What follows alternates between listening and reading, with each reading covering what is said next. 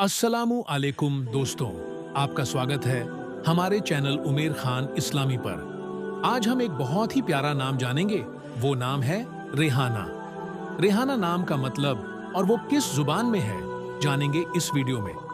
रेहाना नाम फारसी अरबी से लिया गया है और यह नाम खासकर लड़कियों के लिए रखा जाता है। ये नाम काफी अच्छा है। ये नाम भारत, पाकिस्तान जैसे देशों में ज्यादातर रखा जाता है। रेहाना नाम वाली लड़कियां आमतौर पर मिलनसार, समझदार और मददगार होती हैं। पढ़ने लिखने में आगे होती हैं। वे अपने परिवार और दोस्तों में हमेशा खुशियां और अच्छा माहौल फैलाती हैं। रेहाना नाम वाली लड़कियां अक्सर नरम दिल और मेहनती भी होती हैं और हर मुश्किल को हिम्मत से सामना करती हैं। और अब जानते हैं, कशिश नाम का मतलब खुशबू, फूलों जैसी मिठास। इस नाम का मतलब है। अगर आपको यह वीडियो पसंद आया हो तो हमारे चैनल उमेर खान इस्लामी को सब्सक्राइब, लाइक और शेयर करना न भूलें। शुक्रिया।